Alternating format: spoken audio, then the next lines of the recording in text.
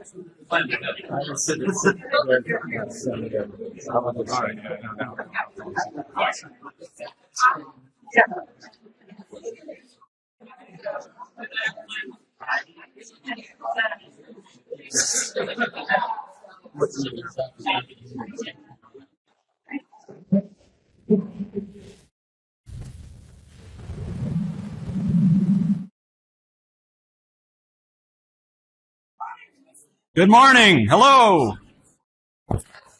Hello? Good morning. It's not often that I get to see this room with this many people in it, so this is very satisfying.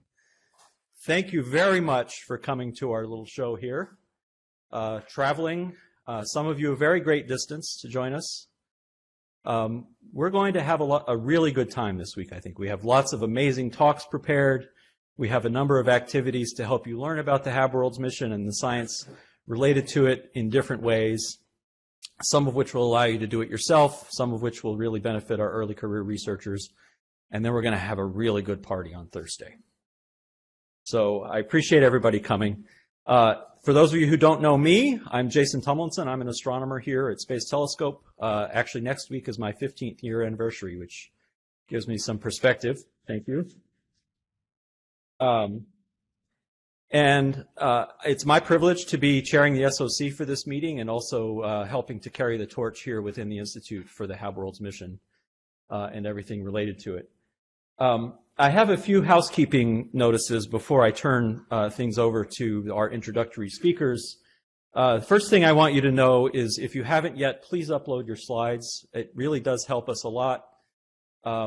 We have people supporting our meeting who need to have the AV system arranged. Thomas is our AV guru in the back. Everybody turn around and wave to Thomas. Yes. He will take care of you, but you will make his job easier if he already has your slides. The poster lightning talks are going to be one aggregated PDF at about 2:30 today.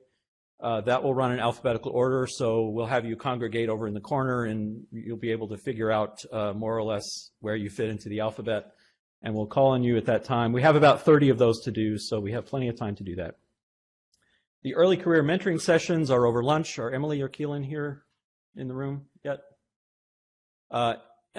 Emily Rickman and Keelan Hawk are the organizers for that, so if you're involved in that, you should have heard from them already, and if you haven't, I'll help you track them down. And then finally, please upload your slides. There are links there to the slide upload and the full day-by-day schedule, which is evolving even in real time, as I'll say in a bit. So at this point, I'm going to turn things over to Nancy Levinson, the Interim Director of STSCI, who will give you a really proper welcome.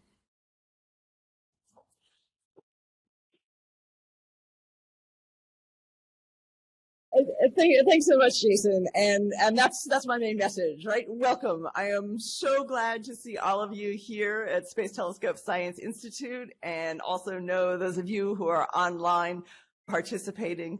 This is going to be a great week. I'm really looking forward to it.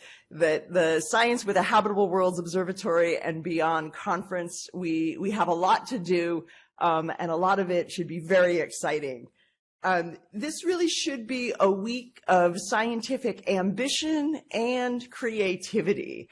This is a chance for us to think broadly, to think widely, to think deeply about where we want to go and what would be possible with this great new mission. So I hope that we open ourselves up to all of that and really use the time that we have with interactions to be able to develop some new ideas and not just stick with some of what we've had before. The whole idea of the search for life outside our own solar system is absolutely audacious. And there's also the full science case of astrophysics and planetary science that will be possible with this observatory. And that's what really opens up this great opportunity for us. There has been a lot of previous thought given to what we now know as the Habitable Worlds Observatory. And the idea here is very much for us to refine and begin to be concrete about much of that. And some of the reason we can even be in this position to be concrete is because this is really possible. This is possible on a number of fronts. One is a top recommendation out of the Astro 2020 Decadal Survey, that this is a priority for our community. Also, this is something that's technically feasible. We still have some technical problems to solve, but I believe they are solvable. And it's important that over this week that we have technology as part of this conversation, because we want to wind up with something that is truly possible. There's a lot that we can learn from what's been going on already. A tremendous amount that we can learn from JWST. We now have a deployable segmented telescope. It works. It works great. So we've got that to learn from. There's also a lot of development for the Roman coronagraph, and that will put us in a good position to help develop the coronagraphic needs for this mission. And that we're looking to have flying towards the end of 2026. One of the other things that I hope we have a chance to do here is to build community among ourselves. The decadal recommendation is a necessary but not a sufficient condition to make this work. And we do need to sustain interest across our communities. And it is a big task. And so it really will take all of us and all of our ideas.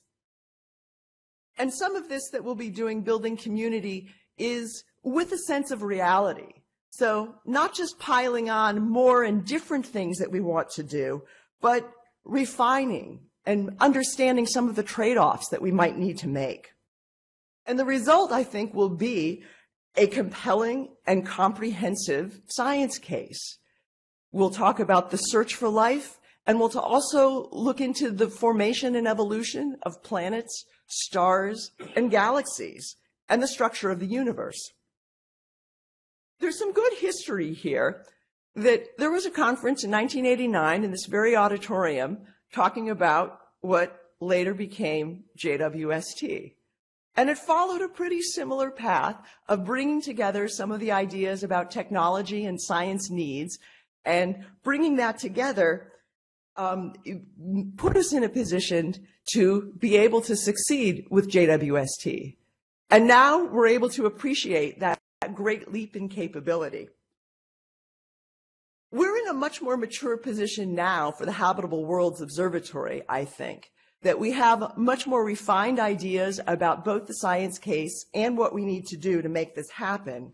And so I'm very much looking forward to our ability to make possible Hab Worlds, achieving our ambitions, and tackling compelling and fundamental questions in our field. And also doing it on a shorter time scale, I hope. Anyway, welcome. Thanks for being here, and let's get started.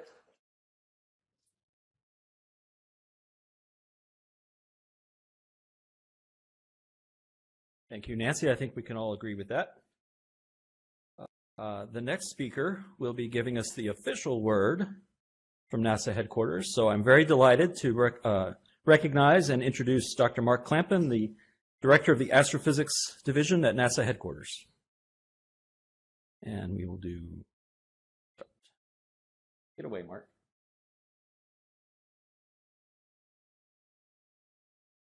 So, good morning, everybody.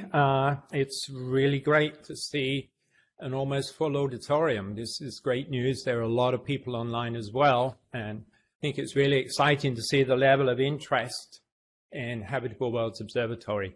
So I'm just going to say a few words, a reminder of how we got where we are, and talk about where we're going.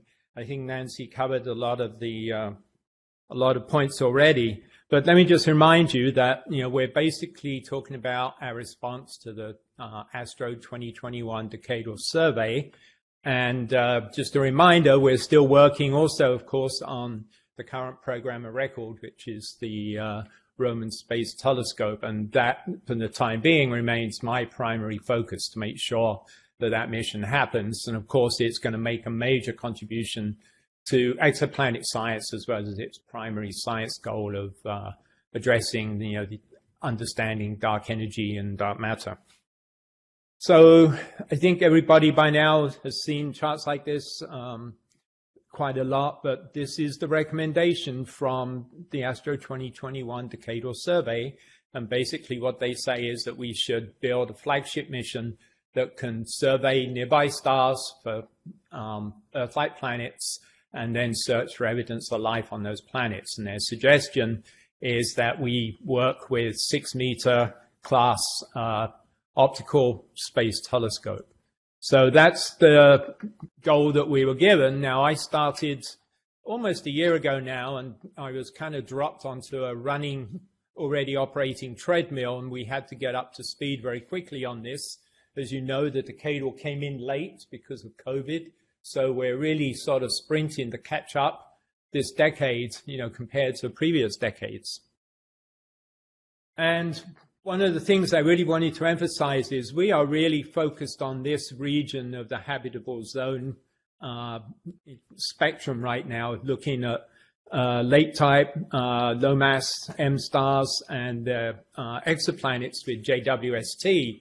JWST has really opened up our ability to do science on these kind of objects. We are less able to do transit observations of K and G stars. And so we're really focused a lot right now on these objects here. And what we want to do with the Habitable Worlds Observatory is really open up the spectrum completely and be able to study any star to look for the presence of exoplanets, and not just the ones that are transiting and the ones that have relatively short periods that we can go follow up with James Webb, hopefully at one of the ecliptic poles where we can do multiple revisits. So the goal here is really to sort of open things up and do the science that we want to do to understand the whether or not there is evidence of life on these planets. So I'm not going to say a lot here, but I did just want to say a few more things. So as I said, we had to start sprinting when we got this because we were late.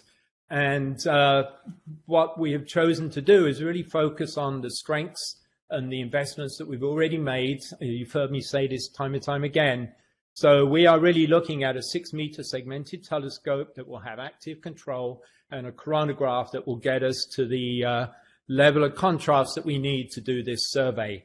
And of course, it's an observatory, so we will also do a general astrophysics program. So this is the science that you guys are going to be talking about this week and thinking about, and hopefully bringing new ideas and new insights to. And I think it's going to be a really exciting week. Now, I just wanted to say a few words about what we're doing already. What are we doing now? So for many years, since 2017, we've been making investments in system-level segmented telescope design, and there's a number of our partners here who've been working on different aspects of stability of large optical systems. Right now, we are undertaking a number of different road mapping activities. The Exoplanet Program Office is doing a lot of road maps associated with coronagraphs, coronagraph design, and at Goddard, the Cosmic Origins Office are doing a lot of work on ultra-stable large optical systems. So we're already making a lot of progress as we move forward here. And once we have those technology roadmaps complete, we will have a very clear picture of where we want to start investing money in technology as we start to get directed technology funds. We're also doing a number of other things, and I'm not going to talk about START today because you are going to hear a lot about that from Judy Crook and from numerous people this week. But I do just want to emphasize, we're also doing lessons learned studies, and we have a JWST lessons learned team who are in the process of getting ready to publish their findings, and they'll also probably make some formal submission to NASA. And we're also getting ready to do a lessons learned on the Roman coronagraph, which we hope to deliver in a year or so, ready for integration into the telescope. So we're making sure that we learn the lessons we need to learn for the investments that we've already made as we go forward. And I think that's really important because that allows us to hopefully keep moving as fast as possible. And then finally down here, I just wanted to emphasize this. We're starting to have meetings about this. So I wanted just to finish up by sort of making a few observations. So what am I doing as a director of astrophysics? Well, at the beginning of the year, we rolled out the Habitable Worlds Observatory, started talking about it and how we were going to build it and how we were going to put it together. My goal, as I said, my primary goal is to make sure that Roman stays on track, cost and schedule, because making sure that our stakeholders understand that we can build these flagships on cost and schedule is fundamental if we're going to convince people to fund and move forward with the Habitable Worlds Observatory.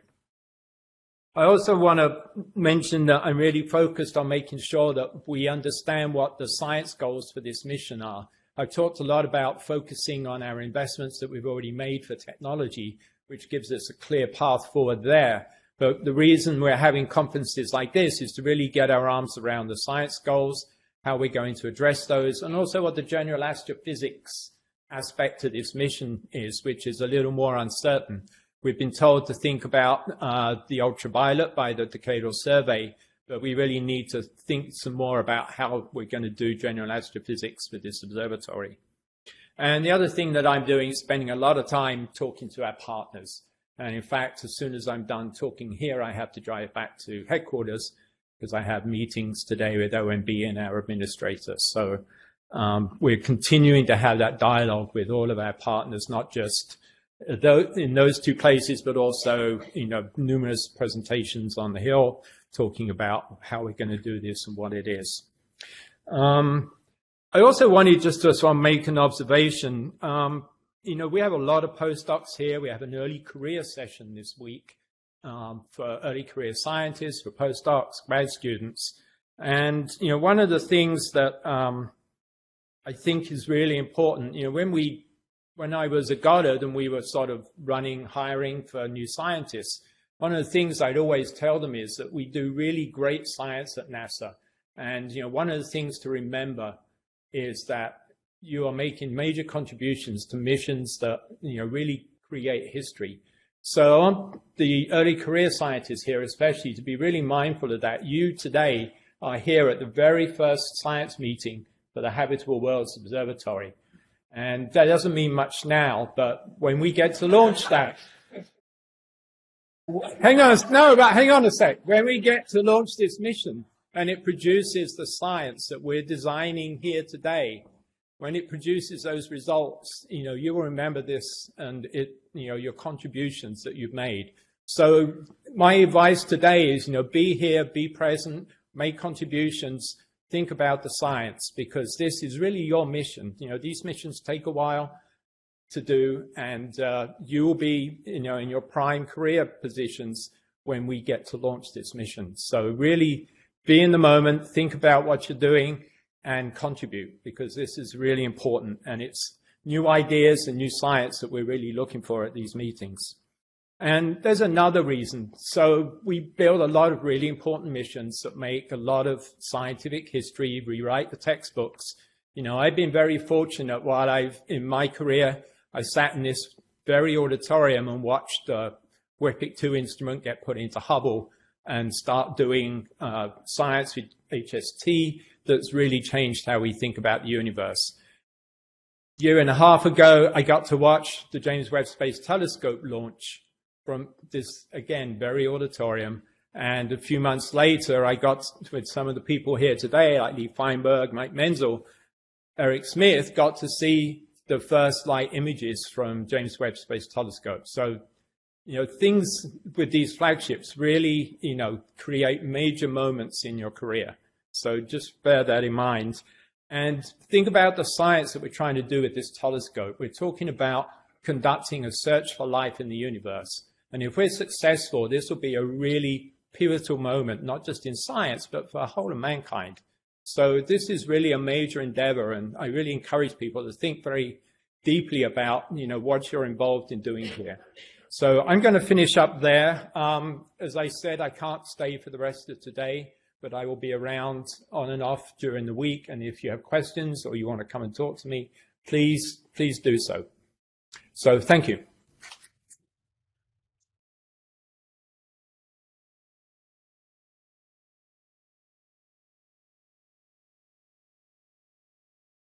Thank you very much, Mark. It's one of the privileges of working here to get to experience those moments. I remember being in this room the last time Hubble was released from the space shuttle in 2009, and it's a high water mark for me, scientifically and personally, that I got to experience that. That table over there was also covered with champagne bottles, so it was 9 a.m. But there are times you remember, and maybe if we're lucky, this will be one of them. So thank you, Mark. We understand you have to leave, and I guess if there were any questions for Mark, he could probably have a little bit of time to address those, but I think he definitely said the whole thing.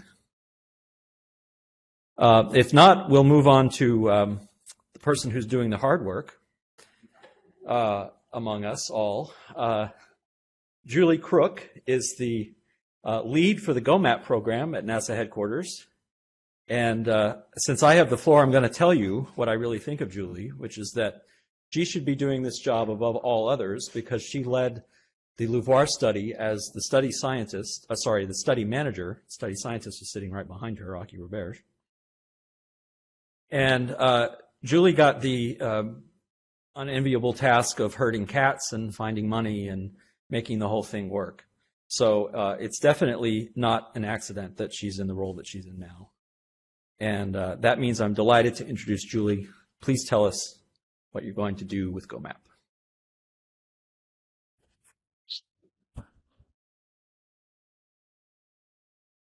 Good morning, everyone. Thanks for, oh, right, you want me to wear this?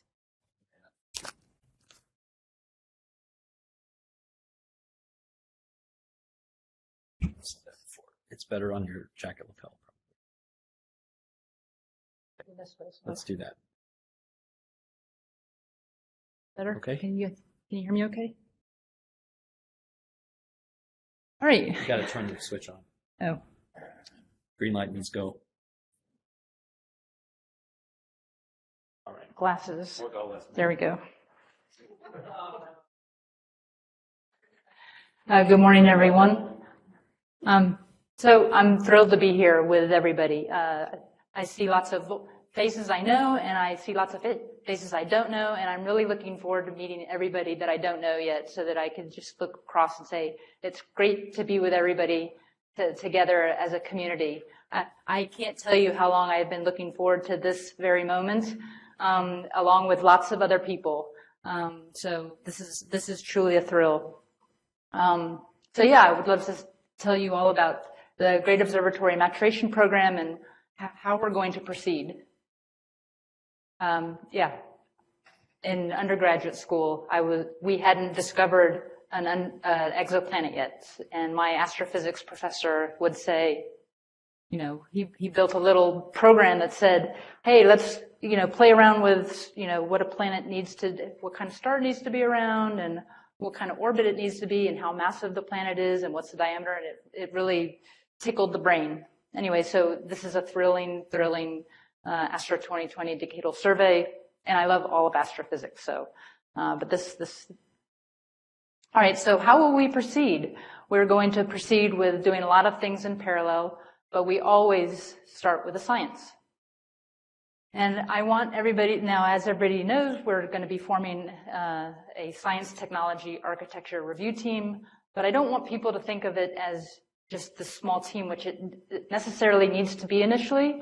I want people to think of it as a global start, and the reason is because I want you to think of the people that will all actually be on the start as kind of an executive committee, kind of like the PAGs have an executive committee, but it includes the entire community.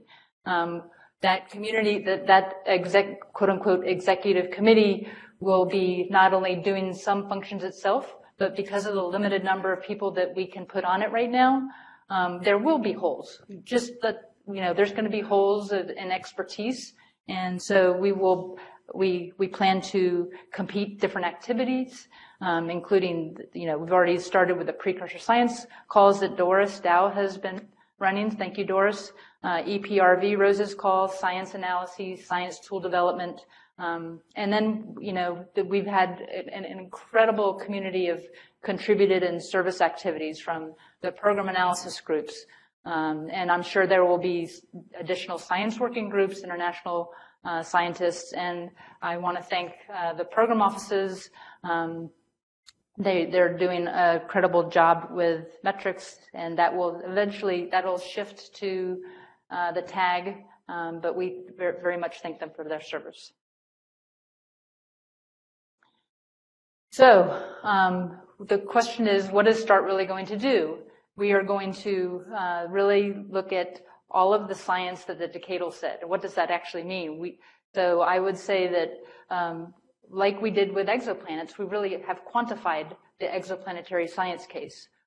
The START needs to look at the general astrophysics science cases too, and any other exoplanetary science cases, to the point where we really need to quantify all of the science goals. So we really understand what are the observational characteristics at the observatory level and at the instrument level to understand how they respond to different, you know, where are their breakpoints and how they respond to different architectural properties. And then we have the architecture, design, technology, and eventually implementation. Again, there's a technical assessment group we're forming, but I want you guys to think of it as a global, you know, everybody, it will be part of this global tag. And while there will also be a NASA-only executive committee, that is so that we can then parse out, like the very first achievement will be for the tag to sit down and say, okay, what are the things that are, you know, the expertise that we have on the tag? Again, there will be holes, subject matter expertise holes in the tag because of the limited number of people on it. And so I really want people to think of it as, okay, that's an executive committee. They're gonna sit down and figure out how do we involve the rest of the community. And so there will be lots of competed activities for the aerospace landscape opportunities, architecture analyses, and of course, technology maturation, high fidelity science simulations. And then, you know, there, as always with all of the missions, there will be lots of working groups that get spun up. And yeah. And again, we've learned a lot. And so what is the tag will actually look at, what things can we leverage that NASA's already invested in, billions of dollars worth, from not only Hubble, from what we learned from UV, but also, JWST's segmented deployed architecture and Roman's chronograph. I mean, we should leverage previous NASA investments because of our limited dollars. So we really need to focus on the things we've never attempted before. Basically, look at all of those design and architecture trades, and how are they dependent on each other, and even what are potential off-ramps. I love this slide. It kind of shows what the tag is going to do. Look at all the science cases on the left and figure out, okay, what are the actual, I'm not saying these are real, these are, this is just an example of what we want them to do. This is not in a specific, it's just, you get the picture. It's just, I love it. It's one of my favorite charts. So this is just showing, I speak engineer a lot, and so when I talk about mission architecture, I'm talking segments, so ground, observatory, launch segments. This is part of the landscape opportunity that we can actually explore with the tag and our global tag. We, want to awarded competitions for doing deep dives on, launch vehicles, servicing options, and so really, and having a, one of the biggest lessons is having a modular design. It enables a lot of things. For instance, designing self-contained modular instruments that plug and play, easy access. You don't, for Hubble, they had to unscrew, 20 to 100 bolts. I forget the exact number, but it was kind of crazy. So if you design it to be modular, it doesn't cost a whole lot up front to do so, and it makes the servicing a lot easier on the back end. And then the question is, do we do 100% robotic servicing? Do we tug it back to cislunar? What is the degree of on-orbit robotic servicing autonomy?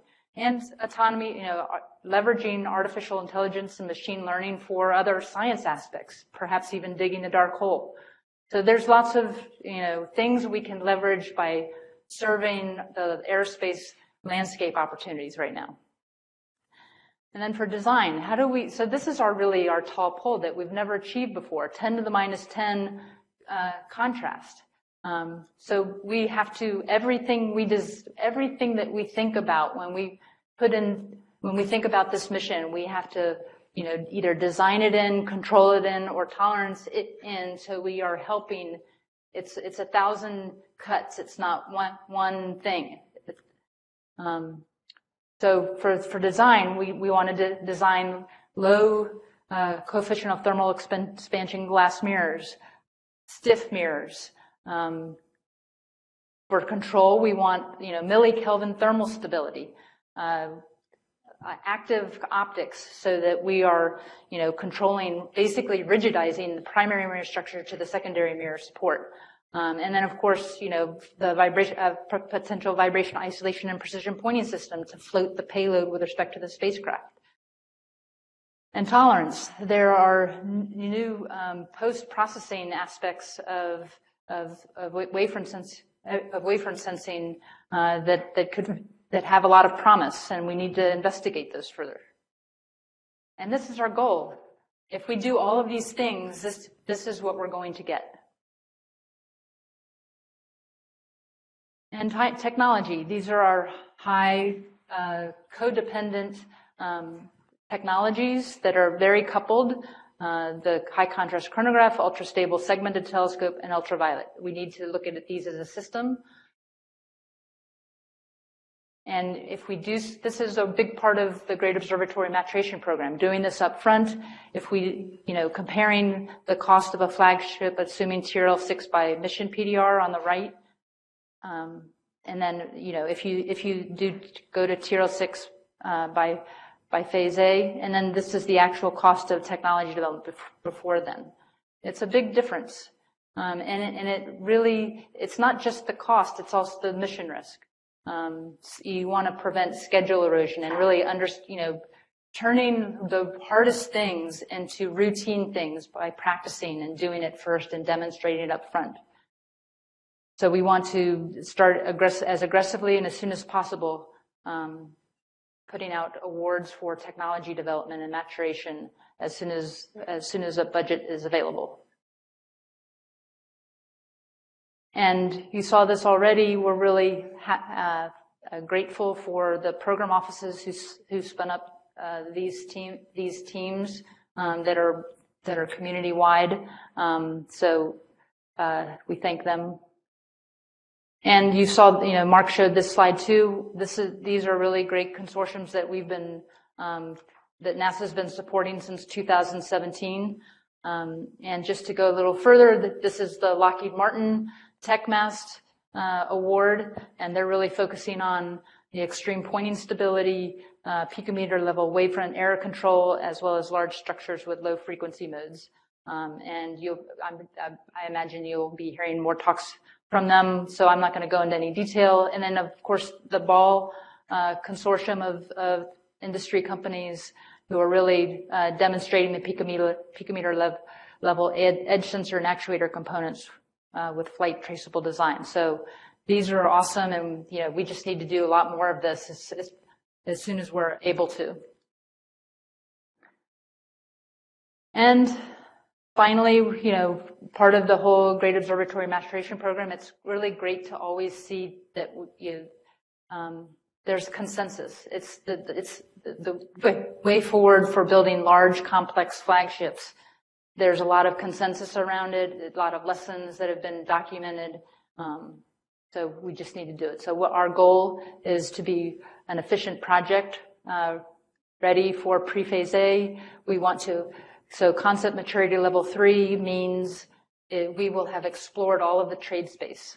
And we would like to be able to reach TRL4 with all of our technologies. And then by 2030, we really want to be ready for entering phase A and have concept maturity level 5 and technologies greater than or equal to TRL5. That is our goal. And test beds. So we want to have industry academia teams will be able to openly compete to develop and demonstrate the technologies with test beds and ultimately pathfinders. And NASA will ensure complementary test beds and pathfinders, and where necessary, duplicated. And this is an example at JPL and the Exoplanetary Program Office. This is their high contrast imaging test bed. We will absolutely leverage and do what we need to do to make it more capable stability-wise, so that we can test chronographs. So I'm not showing all of the test beds around the globe. I'm just showing one of each. And then, of course, ultimately when we get to pathfinders, just like we did with JWST, they really help inform the early designs, help validate the integrated models, and allow people to practice off the critical path without the marching army. So we can really dry run these large and complex things.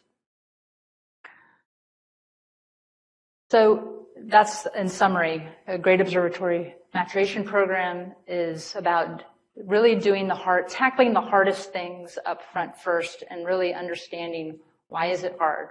How do we not make it hard? How do we make it more routine? And it's a critical step, so we understand how to proceed in phase A with our mission, and has been demonstrated. So thank you for your time.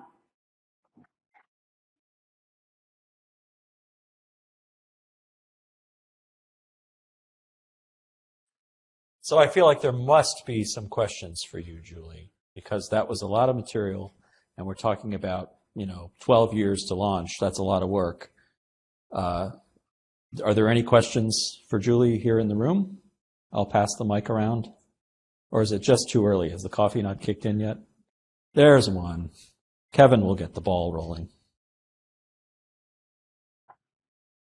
Thank you, Julie. Kevin France, University of Colorado. So you mentioned the competed technology maturation efforts, and you we're very cautious to say that we need to have a suitable budget environment. What has to happen, and what time scale do you imagine that happening on, where we can really see these computed GoMap technology maturation opportunities? When you say what has to happen, I think budget. We want to involve the community, and as soon as we possibly can, I've got our, RFPs, Rose's calls, that they will be ready to go as soon as we have a budget. So I won't be sitting around twiddling my thumbs, waiting for a budget to arrive, and then starting to write those RFPs and Rose's calls. They will be ready to hit the ground running as soon as we do. So Kevin, she's telling you not to sit around twiddling your thumbs and to write your proposals already. That's what she's saying. Rhonda. Thank you. Hi, I'm Rhonda Morgan with the Exoplanet Program Office. Julie, the slide that you showed that had CML3 and then CML5, the right column was, here's where we want to be by the time we have that independent assessment. Could you go back to that slide? Yeah, absolutely. Because this is the first time I've seen that list, and it's exciting that we have an endpoint goal here. I showed this at the APEC last time, actually in October. Very good. Or March. Yeah. Do we have a time frame yet for when we think this assessment might be? By Astro 2030. When is Astro 2030?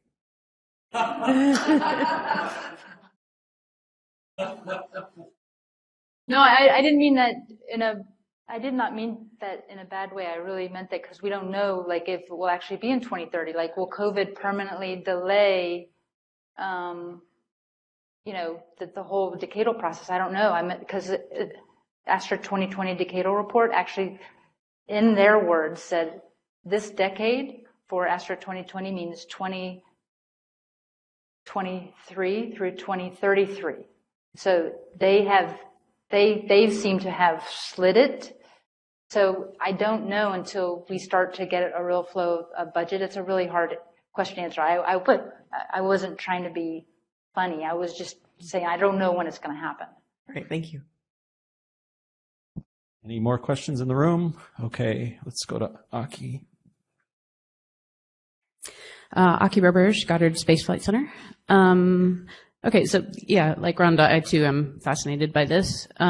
Is there an intermediate goal that we might present to the mid-decadal? Yes, the mid-decadal survey.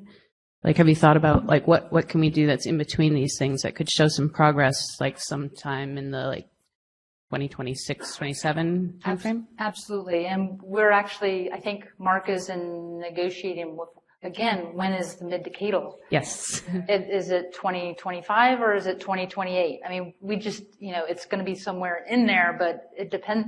But we will absolutely roadmap out where we are and where we're trying to get to, but it has to be commensurate with the level of budgets that we receive. Hi, I'm Margaret Carruthers at STSCI. You talked about starting with the science and talked about involving the whole community in this.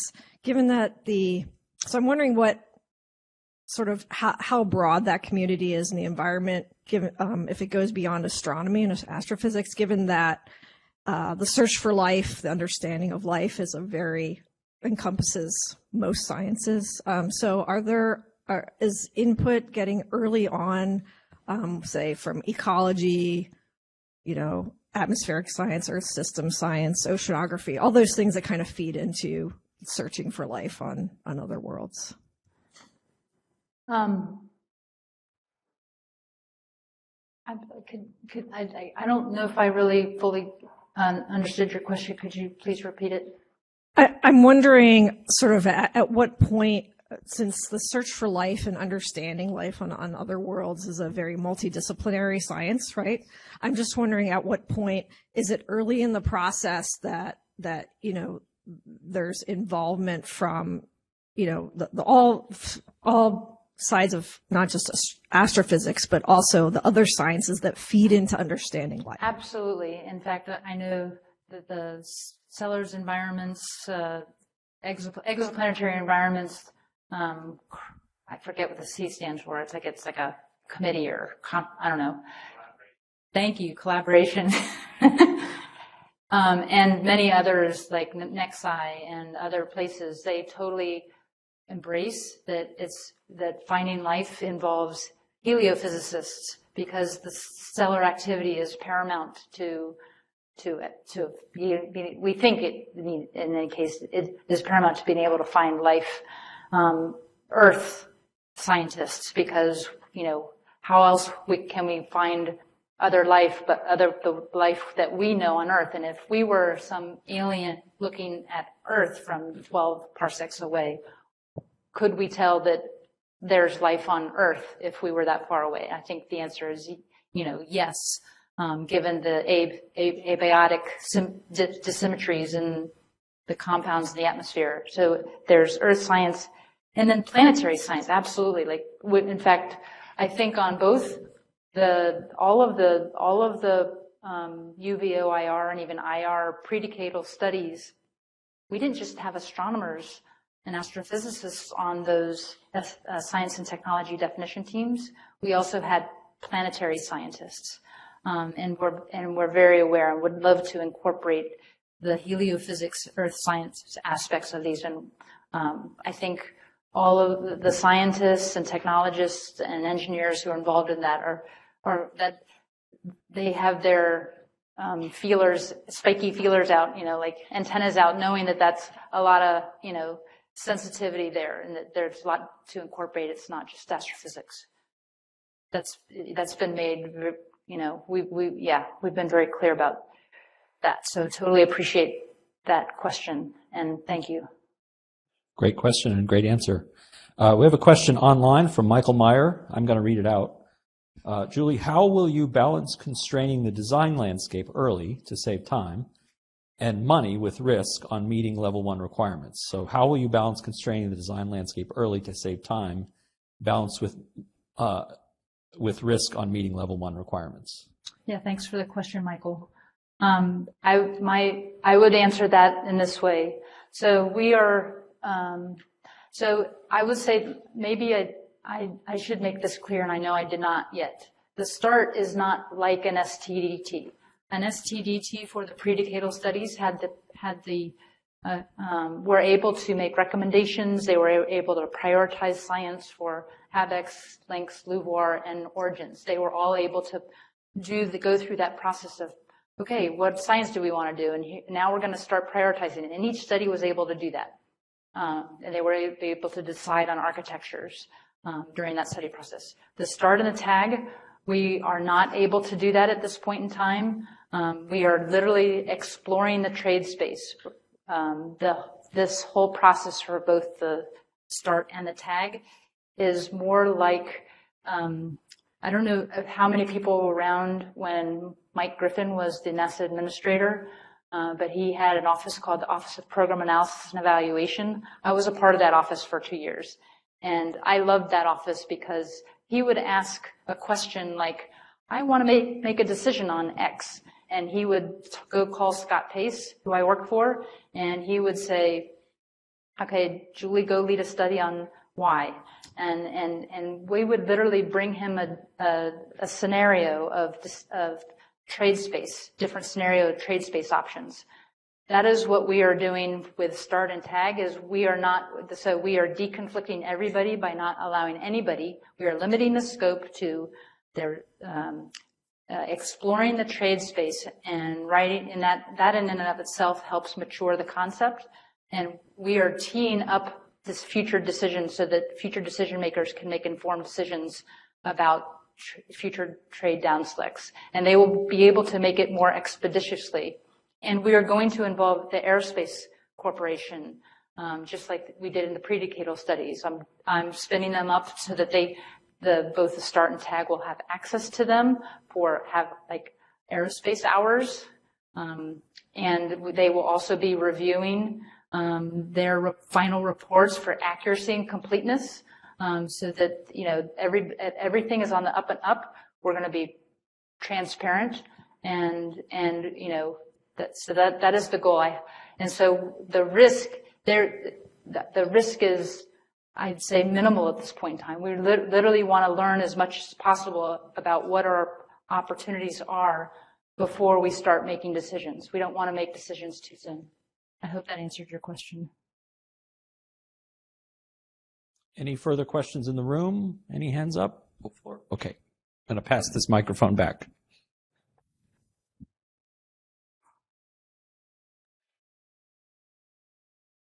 I think I've heard. Yeah, hey, this is Flor Garden. Thank you for the great talk, Julie. I was wondering, so of course the telescope concept comes from like combining between like LUVOIR and like the habitable exoplanet telescopes. I was just like wondering, how do you navigate kind of the two different original goals and like two different telescopes and proposals teams? So that's a great question, and thanks for asking it. I would actually answer it in a way that doesn't go along the thread that you just laid out. I would say we learned a lot from HabEx. We learned a lot from LUVOIR. We've learned a lot from the James Webb Space Telescope, Hubble, and we're learning a lot from the Roman Space Telescope, CGI. And we're combining all these things, plus the aeroscape landscape. I mean, you know, the fact that there's much bigger rockets now. I mean, maybe we could have fewer deployments. Maybe we could, you know, be able to launch much sooner a second generation instrument. And so it might even come to the point where it changes our approach to the mission development. So I would say we absolutely have to leverage what the HabEx and LUVOIR team, those were the most ambitious predecadal studies ever done. And I applaud all four of them. They did a fantastic job. We had to even go down to, we had to reach concept maturity level 4 tailored because we had to produce master equipment lists, which were thousands of lines of pieces of hardware, like, because we had to pick a point design so it could get costed, right? But that was a deliberate, like, choice. Would we pick any of those designs at this point in time? No. But did we learn a lot? We sure did. And we're going to leverage all of it.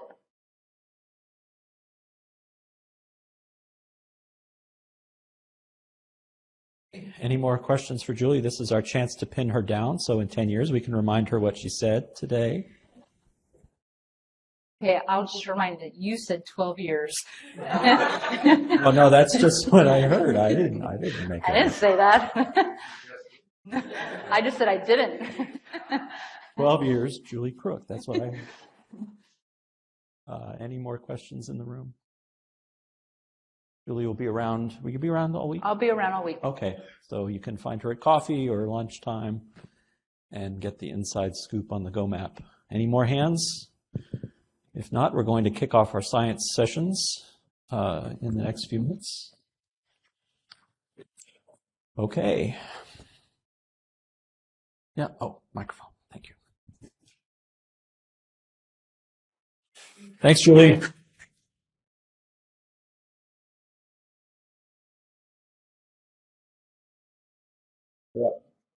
Yeah. So we've had a few schedule changes. If you haven't noticed, Scott Gowdy is not joining us this morning, but we're going to try to fit him in a little later. And as a result, we're going to begin the morning's science sessions. There you are. With Professor David Singh from right across the street. How did we end up there? Speak preview. Oh, okay. Who's going to tell us that habitability requires all the exoplanets. I don't think we're going to detect all the exoplanets, are we? Well, maybe not all of them, but hopefully a lot. David? All right. Thank you very much. Sorry we couldn't hear Scott's talk first about all of, getting to this image here of the Earth and all about the Habitable Worlds Observatory. So my pitch is basically we're going to have to study all of the exoplanets to be able to understand and place an image like this and the spectra we're going to get from Earth in proper context. And that means a lot of physics and a lot of chemistry of all of the different planets, Jupiter's, Neptune's, and here's some spectra from the LUVOIR final report. And you'll notice there's not just directly image planet spectra too, but transit spectra as well. So one of my main messages is don't forget the transits. We're going to need them, and both HabEx and LUVOIR have lots of science cases about transits, and I don't want to see that forgotten as we go forward. Do the directly image. It's going to be amazing. Just from the first talks today, I was kind of inspired. Like, I got my start basically inspired by the Hubble Space Telescope in high school. I've been working with Hubble since about cycle 9 through my whole career, and it's been a wonderful year with this next great observatory, JWST, and spectra I only dreamed about getting, the quality and seeing them show up, and features like CO2, and I can't wait for however long it takes to get spectra of things like Earth. So I want this done right, and so we have to think kind of broadly. So here's the main question, are we alone? Of course, this is driving the mission to be able to get spectra of Earth analogs around G-stars. And here's some other science questions I think are pretty fundamental, like how prevalent are Earth-like atmospheric conditions in the local neighborhood. Clearly, you just can't take one planet. We need a lot of these. And going down, and I just kind of put these because I think sometimes the sort of the emphasis is sort of smaller and smaller as you get deeper and deeper in the report. Like what can the atmospheres of non-habitable exoplanets teach us about nature's habitable zone? There's a lot of talk about the conservative habitable zone, the optimistic habitable zone. What does nature actually do? What is nature's habitable zone? That means study non-habitable exoplanets. And how do planet atmospheres behave as fundamental factors such as mass, composition, formation, escape, the crazy question magnetic fields, which asked all throughout astrophysics, not to mention local stellar environments. And finally, what is the diversity of planetary atmospheres across the galaxy? And there's, of course, extremely strong interest in habitability, not just from science, but from the general public. I see this all the time. The very first time we got spectra with Hubble of water, on a hot Jupiter that's like 2000 Kelvin, and everyone immediately asked habitability. It's like, this is not a habitable planet, but of course there's a lot of interest in how anything could relate to habitability. And if we have even a tiny hint of oxygen, no matter if it's biological or not, you could imagine the excitement there's going to be. But scientifically, I think this emphasis is a bit backwards because there's a big foundation of knowledge we need to know. So what is the diversity of planetary atmospheres across the galaxy? And it's kind of intimidating to realize the complex physics and chemistry we have to understand. And planets we have no data for. The capability to get an Earth-like planet, the spectra, that means the spectra of all of the other planets, hotter, colder, bigger, different gases. We've never seen any of these before. So we're going to need to know the whole landscape, the whole diversity of planetary atmospheres across the galaxy, and then we can start to try to figure out how they behave with fundamental factors such as change in mass and composition, the types of planets that are out there, and so forth. And hopefully we can build our way up to the top of this pyramid and answer one of this big question, are we alone?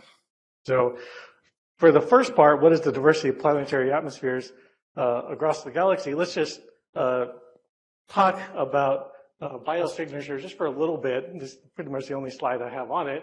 We want to find an atmosphere out of chemical equilibrium. And of course, there's a lot of talk about oxygen as a great biomarker signature.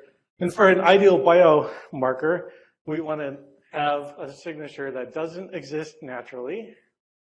It's not created geophysically, not created photochemically, and of course, it's a strong spectral signature. And there's a lot of great work out there now about what are possible false positives. Just to take one here from a recent study, there could be water worlds, and the water gets broken photochemically to create oxygen in the atmosphere abiotically. So if we look at these ideal biosignatures, we need to study things that don't exist naturally. Well, that begs the question, what is natural? So what does that mean? We have to figure out what are the planets out there. So from the Habitable Worlds Observatory, that means we need to survey all planet types. So we actually know what is natural and what is not natural. And things that are not created geophysically, that means we're going to have a good idea about how planets are formed and the overall context. For instance, this water world false positive scenario, do water worlds even exist? Right now we don't know. Hopefully JWST will help us answer that for at least the close-in planets. And hopefully we can learn a lot about planet formation along the way to say something about these types of planets are prevalent or not. We're going to have to worry about this false positive, maybe or not. And of course, not created photochemically, there's a lot of photochemistry we're going to have to understand. We've only had data for exoplanets on photochemistry just about 1 year now. So we're going to have to test our models against data in different astrophysical environments. So here's the landscape of planets we know now, mass versus orbital period. And that means studying small planets and big planets and hot planets and potentially water worlds and so forth. So we need spectra of all of these.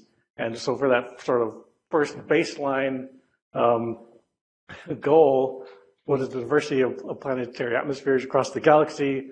Habitable Worlds Observatory should spectroscopically measure the full diversity of planetary atmospheres across the galaxy. And that means transits as well as the directly imaged planets. And here's, if we want spectra of most all of these types of planets, what we could do is we got the transits along with the directly imaged. Of course, if you build an observatory able to get a spectra of Earth-like planet down here, all of the directly imaged planet spectra are going to be a lot easier to do. Jupiters are going to fall out of this. Neptunes are going to be easy. Those spectra are going to be wonderful. But of course, depending on how large you make the mirror, you're going to have some inner working angle, and you're going to be able to go out to some period, 100-ish or whatever so days, depending on the details. So there's a lot of area in here that you won't be able to study through the directly imaged method. So you're going to have transits for the short period planets. And here is the planets you could study now. There's about 1,846, less than 500 parsecs from us.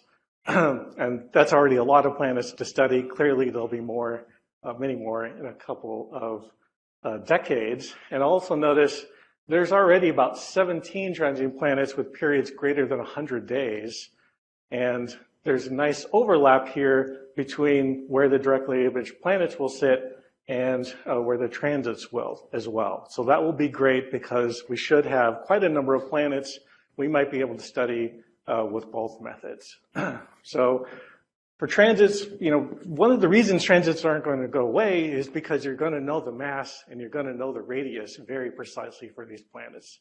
And that means knowing the bulk density, and that means when you study things like our water worlds, there or not, that composition information is really critical to know, and that's going to be much more difficult with directly imaged planets. And also, if you want to study hot and warm planets, for instance, studying the runaway greenhouse effect, that means studying warm, close, hot planets. That means studying transits. So while we're doing these studies, don't forget about transits. It's a lot easier engineering problem than the directly imaged problem. We just have to keep it in mind. And just a quick plug for actually doing photochemistry, and this is a big problem we're going to have to solve. JWST is doing photochemistry now with transiting planets. So here's an ERS spectrum of WASP-39, and it's basically almost a year ago exactly when we got this spectra, and I was just absolutely blown away. One, by this giant CO2 feature. We've never seen that in a planet atmosphere before. But immediately, we all looked at this little feature here, which was SO2. And we had many, many models from many different teams across the world make models in preparation for this spectra, and nobody predicted it. Why? Because this complex photochemistry. So water is broken up, interacts with hydrogen sulfide, which is predicted in equilibrium, and through a complex series of chains, you finally get sulfur dioxide at the end, and this little bump. So this was the first direct evidence of photochemistry going on in exoplanets, and all of the modelers immediately were very excited and did a lot of hard work to be able to reproduce this sulfur dioxide feature. So we're learning a lot about photochemistry with habitable worlds. You know we're going to want to do this too, but with the oxygen feature, because we'll have optical wavelengths. And we're going to need short period planets because you'll be able to look at high energy environments around different types of stars and study how that photochemistry works. All right. So let's move on to sort of one of the other kind of fundamental science questions. So this is kind of the role I see transits playing as, rather than being sort of the front runner for looking at all of these things, studying planet atmospheres. I think with habitable worlds, it can take sort of a foundational goal, and we can study how planet atmospheres behave as fundamental factors. And I picked on 3 of these here: formation, escape, and magnetic fields. Because I was thinking, like, okay, what if we have this great observatory? It's Hubble-like, but a lot bigger and a lot more capable. And I think Habitable Worlds Observatory should have a transit-optimized, high-resolution UV spectrograph to be able to do answer some of these questions. And these have been spurred on by the Hubble PanSat program, led by myself and Mercedes Lopez Morales. This was about 500 hours looking at exoplanets with Hubble. And a lot of the science questions are fairly new, so they're not in both of the reports. But I think these are very important science questions we can answer about and address with the habitable worlds that we just can't do with Hubble, unless Nancy wants to give another 5,000 hours to be able to look at one planet. All right. So let's talk far ultraviolet transits. And the science here is the science of atmospheric escape and primary to secondary atmospheres. Kepler taught us the most common exoplanet that we know of is a short period sub-Neptune or super-Earth. These are really common throughout the galaxy. Most of these are gaseous sub-Neptunes, i.e. they have presumably hydrogen atmospheres, and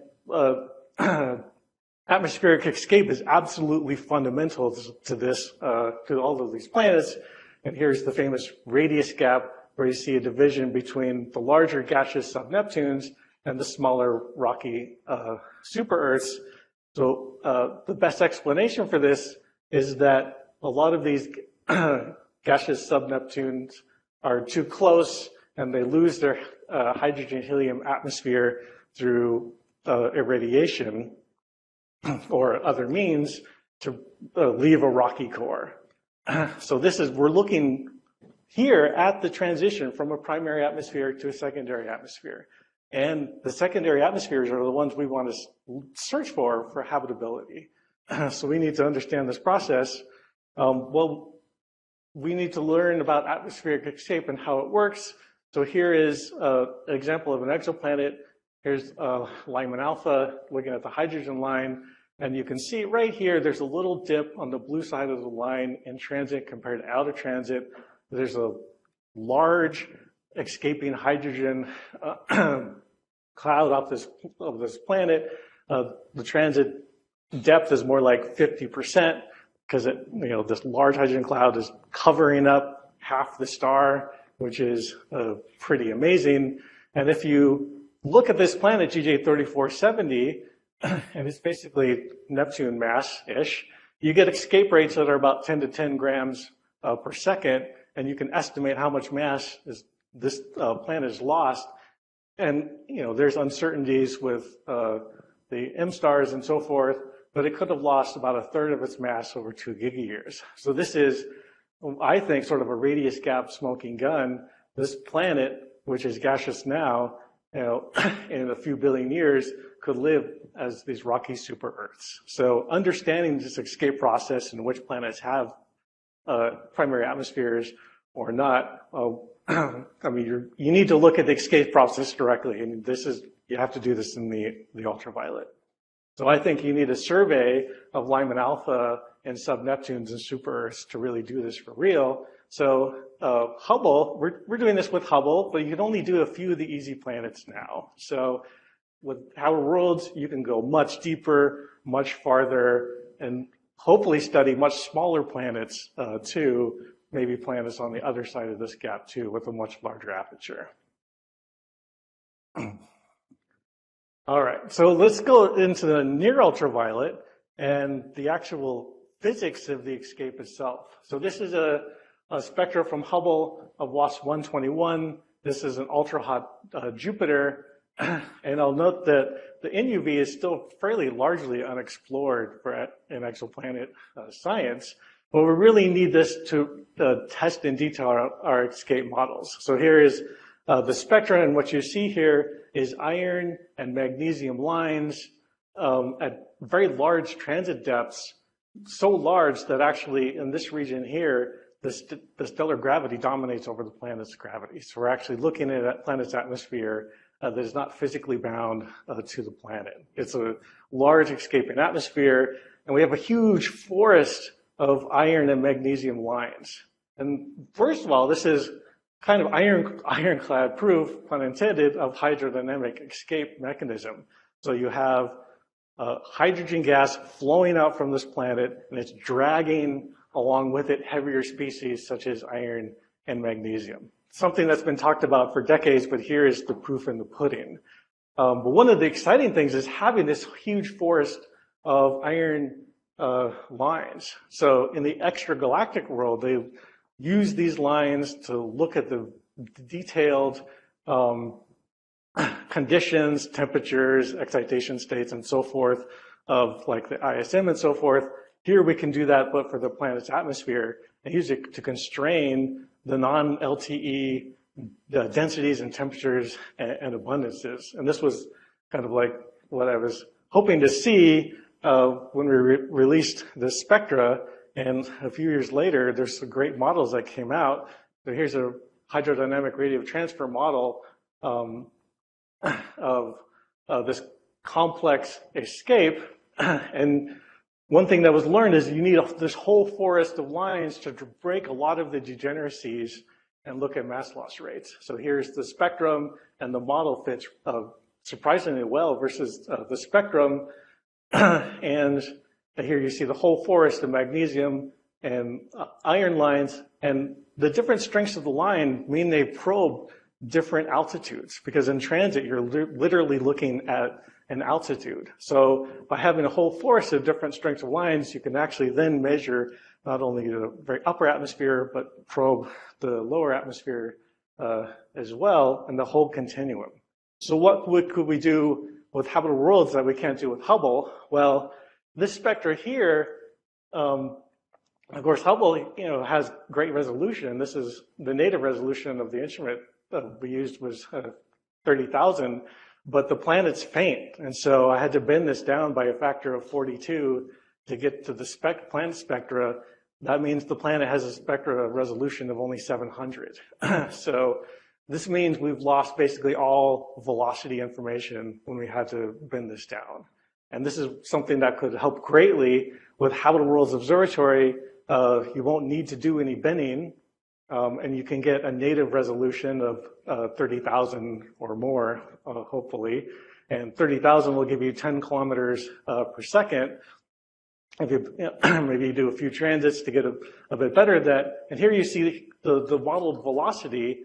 And here we can, if we get velocity information of each of these lines individually, you'll be able to measure the escape rate of them and reproduce the velocity curve, which will be extraordinarily constraining for the models, and you'll learn a lot about how this process of atmospheric escape actually works. So we want to resolve all of the ionized lines to get a full velocity field for this. All right, what else could you do in the near infrared? You could actually look at planet formation too and ice to rock ratios. So planets accrete ices and rocks, but it's hard to know exactly in what proportion they're accreting these things. But we can look at the ice to rock ratio. Now the infrared, and with spectra associated with JWST, this is really, really great for the ices, water, CO, CO2, and measuring C to O ratios. There's been a lot of emphasis over the last 5, 6, 7 years about trying to use C to O ratios in exoplanets to try to back out of formation conditions. Maybe a planet formed further out, closer in. There's predictions of different C to O ratios because of that. Well, the near ultraviolet, we can look at the refractory rocks. So elements silicon, iron, magnesium, and this was detected just in the last couple of years. Here's a spectra WAS-178 in the UV, and you see these enormous absorption feature here in the near ultraviolet. Well, this is caused by SIO. So now we can finally look at silicon in these planets. So for most of the planets that are at cooler temperatures, this is again a hot Jupiter, these refractory elements are buried deep in the atmosphere and you can't study them, but in the very hot ones you can because they're in a gaseous form. So with these elements in the atmosphere, you can determine the rock to ice ratio for the planet, and for WAS-121 we get about a factor of about 2/3, and this kind of tells us there's a lot of the planetesimals this planet accreted. There's a very high rock mass fraction, kind of pointing to formation inside the snow line somewhere. So it created a lot of rocks compared to how many ices it accreted. So we can learn about planet formation with an NUV spectrograph. With Hubble, we have fairly low resolution. You can see this is pretty low resolution, and we can only do this probably for a few planets. What we really need is high signal to noise to study these features such as SIO and magnesium. Look at dozens of planets to look for formation trends and population differences. And of course, high resolution too will help you distinguish between are some of these iron magnesium features actually escaping the atmosphere or are they actually bound to the planet and part of the lower atmosphere feature like this is. And finally, magnetic fields. So if we're playing bingo, well, hopefully somebody got a bingo. So how can we learn about magnetic fields in exoplanets? And this is maybe a science case people have missed. Well, this is the Neptune mass HAT-P 11 transiting planet. And like GJ3470 shown earlier, it also has a large outflow of neutral hydrogen. Seen here, it's getting down. The transit depth is about 40%, i.e. this hydrogen cloud is covering about 40% of the star. And there's also a large tail here.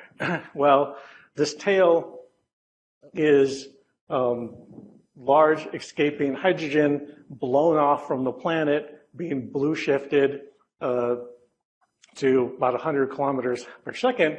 And this gas is accelerated by radiation pressure. Well, if you look at the carbon-2 line, you also see a large transit signature and a tail. You only see this on the blue side. You don't see this on the red side. So how do you get carbon-2 accelerated? Carbon's a much heavier atom than hydrogen. You can't accelerate this through radiation pressure. But also carbon-2 is ionized, so it is bound to the magnetic field. And so this carbon-2 traces the magnetic field of the planet. And in this case, we have a large magnetotail of escaping gas coming off the poles and escaping. And if you do some modeling, you get magnetic fields on the order of 1 to 5 Gauss, basically kind of like a Jupiter-like magnetic field for this Neptune mass planet. So by studying the ionized species such as carbon-2, we can constrain and learn about the magnetic fields in exoplanets. So this is something we should do, detect the magnetic fields in exoplanets with a far UV spectrograph. With Hubble, we've done this now once so far, just of last year.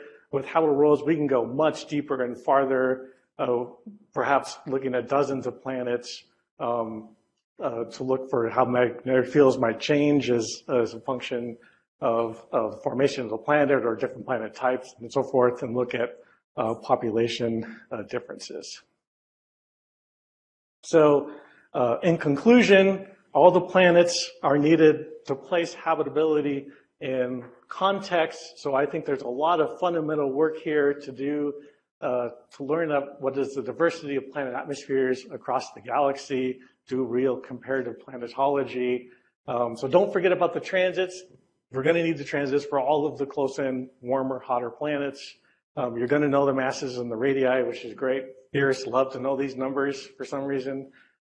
There's very important UV science cases, so don't take your eye off the ball. We can learn a lot about planet formation, atmospheric escape, and even magnetic fields from the UV.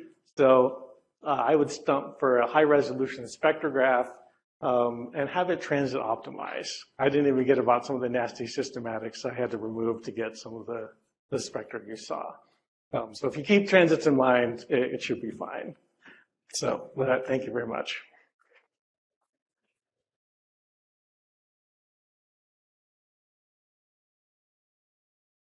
Thank you, David, for thoroughly dispelling the myth that exoplanet science and UV wavelengths are somehow incompatible.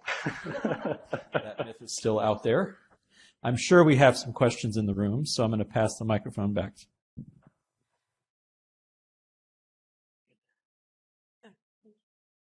Hi, I'm Thais Stork-Bergman from Brazil. I have a question. If there was a civilization out there that would build a telescope like HWO, how far it would have to be to see the Earth, the signature of life in Earth, on Earth? Oh, okay. How far away? Yeah. How far away would the civilization have to be? Or how far would we have to be from the civilization so they could detect us? Yeah. Oh, do you know? Maybe Aki can answer that because it's probably in the report. But close. Less than. It ought to be symmetric, right? So as far away as we can detect this. Yeah. Yeah, as far away as they can, as far away as we can see them, they can see us. I guess. It depends on how big their budget is and so the mirror size. So how far we can see them? They have much bigger rockets than we do. The inner working angle, this is a huge issue because when you're talking about, 6-ish meters, you're going to have those 25 planets roughly, and that's it, right? Unless you can go add more segments. For me, doing comparative planetology for Jupiter planets, this is a lot of work to get 10 planets together, and all of a sudden we see these are hot Jupiters. These should be very similar planets. But they all look different, and right now with Hubble, we have about 25 spectra of planets and it's going to be similar quality, and we're still scratching our heads trying to figure out hot planets that we know the composition, we know the mass, and then we know the radius, so that, for me, that's a little, scary when you're talking about, we're going to give you 25 planets. That's great. You definitely take it. But answering actual habitability with those 25, we're struggling with the hot Jupiters now with 25. So please make the mirrors as big as possible. Thank you. Well done. I think there was a question behind you, Thais, somewhere in the back corner.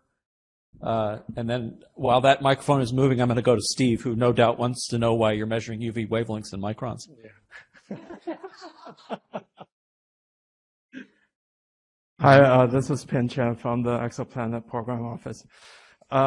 Thanks for great talks. Definitely agree that understanding atmospheric loss is essential for understanding evolution and habitability. But in the part where you're talking about near UV observations of refractory rocks, I wasn't completely sure if you're talking about observing the rocks on the surface in the solid state, perhaps in the secondary eclipse, or you're talking about absorption by the volatilized metal species, in the gas phase. Yeah, I'm talking about gas phase. So Okay. planets where it's hot enough to see those features in the gas phase. They get a lot harder to study once they condense out. Like even for the brown dwarfs, they produce these clouds that, have very few spectral features. They just redden things and make things gray. But if you go to hot enough planets, you can see those iron silicon features in the gas phase and study them. So that's in transmission. A mission might be possible with that too, but I have to look into more detail. Thanks.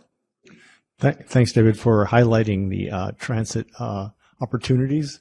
Can you talk a little bit, though, about what you would require for transit optimized spectroscopic observations at resolution of 100,000? What would the hardware kind of look like? Yes. Well, I think we've learned a lot from JWST. When we got the first JWST spectrum, they were near perfect. And why were they near perfect is because they did the hard work of making the pointing so good, much better than anticipated, that the PSF was right in, the middle of the large square aperture and just didn't move, like hundreds, thousandths of a pixel. And because of that, there's like no slit losses whatsoever. With Hubble, we have these, very kind of narrow slits, and we have enormous slit losses. If I showed you the raw data, people might run out of the room. There's trends that are several percent. It's really bad. So first, if you have an instrument that's as stable as what you're hoping to make, I think you get the stability for free. So then just drill a big hole in your spectrograph. And then, then you worry about the resolution a bit. And of course, you want to make the throughput as high as possible. The throughput on Hubble is not great, less than 1%, right? So if you make that as high as possible, you won't have to do as much binning as you need. That level of stability isn't free exactly, is it, Lee? But you might not have to propose to get it. Right, yeah. We have a question coming in online from Caleb Scharf. The question is, do you think we need a new standardized set of more nuanced planetary physical characterization parameters, capturing things like composition, atmospheric size, type, loss rate, and so forth, that go beyond the usual mass radius characterization that we tend to use? Yeah, hopefully we'll be able to have, say, spectra of different planets, and we can put them broadly in categories. Water worlds do exist. This is a whole category of water worlds. This is what they look like. We're certainly not there yet. But that would be the hope with comparative planetology. Okay. Nancy? Yeah, Nancy Levinson, Space Telescope. Thanks, David. This was great to see, and great to see all of the UV possibilities. You gave a few examples of where Hubble's kind of running up against its limits, and so the question is, are we totally done there, or what else should we be doing to get ready for habitable worlds? We're definitely not totally done. When I show some UV spectra of exoplanets, people are like, wait a minute, we've had Hubble with exoplanets for 20 years. Why haven't we seen any of this before? And the reasons, there's a few reasons. One of them is we just haven't had that many planets to study in the UV until recently. So if you look at, for instance, the ultra-hot Jupiter population, planets like WASP 121, we've only had those planets for a few years. So we haven't had decades to study the ultraviolet with. Ultraviolet has been there, studying Lyman alpha since the beginning. Let's say the near ultraviolet, this is fairly new. And the population of people studying ultraviolet exoplanets is a lot smaller than, say, infrared. So that doesn't mean it's not important, but people tend to take their eye off the ball a little bit focus on the infrared features, which are fun, but there's a lot of fundamental stuff to still do with Hubble. A lot of planets to look at. Going to go to Evgenia here, and there'll be one more online. Hi, thanks for that. That was great. Okay, so this is Evgenia Shkolnik from Arizona State University. So you're talking about the modelers not including photochemistry originally. What are some lessons that modelers now should be thinking about to prepare for models in the future? Oh, like for the habitable planets or just any of the planets? Any planets, what might we be missing?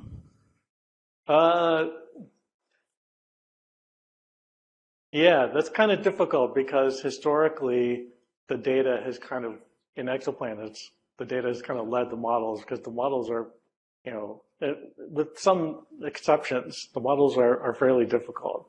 Like it's hard to anticipate the SO2 feature. And there is some literature about sulfur chemistry in the exoplanet literature, but people didn't make spectral predictions like this. I would say, like, right off the bat, probably different compositions. Right now, we haven't had any metallicities for exoplanets that are very good. And everyone just has a knob and just turns the solar up and down. But planets definitely vary a lot more than that throughout the galaxy. If you look at the solar neighborhood, the C/O ratios between stars changes by a lot. They're not all just a solar C/O ratio. So already we know the C/O changes star to star. The metallicity is going to change. The ratio between elements changes. So that's already just from the elements you have to work with. That's a lot of knobs to turn in your model that people should be turning. Different C/O ratios, different amounts of iron, magnesium compared to the other elements. Adding photochemistry, these sort of efforts should, even just for the gas giants should be done, what really haven't been. David, we're really going to make you earn your coffee, so we have two more. Rachel. All right. So, Rachel Beaton, Space Telescope.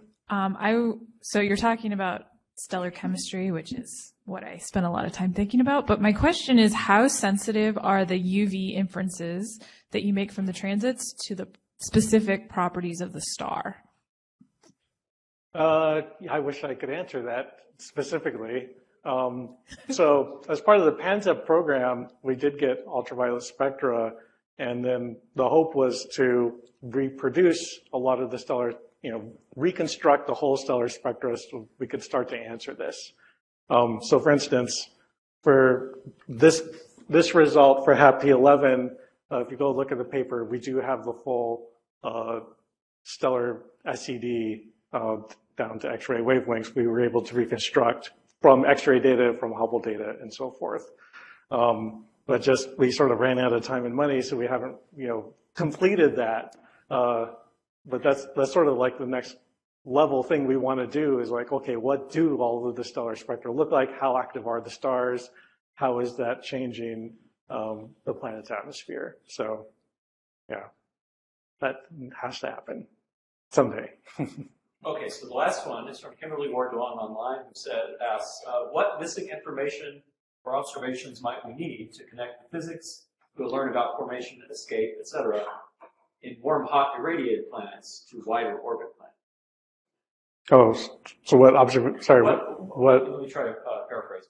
What missing observations might we need to connect the physics we'll learn about formation and escape in warm, hot, irradiated planets to those same processes in wider orbit planets? Oh, well, first of all, the wider orbit planets, I mean, the transit sensitive is very harsh towards the wide orbits because the probability goes down so fast. So you have to spend a lot of work to even find these long period planets, and there's people, there's a lot of effort to find those. So even just finding them, confirming them through the usual methods of, radial velocity especially, and timing the transits when you happen to find them, and building up those statistics to be able to have those planets to study in the first place is probably the very most important thing we could do. All right, we're going to go to coffee, so let's thank David.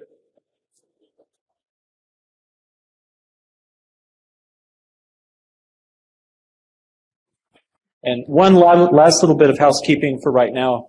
If you're doing the early career sessions over lunchtime, the organizer for that is Keelan. Wave Keelan in the back. And that'll be right here. You'll have time to get your lunch, and then that'll start about 1 o'clock, right? Okay.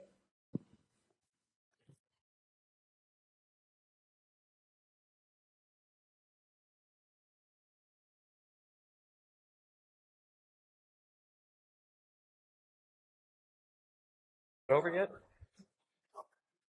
It won for you. I turned it off.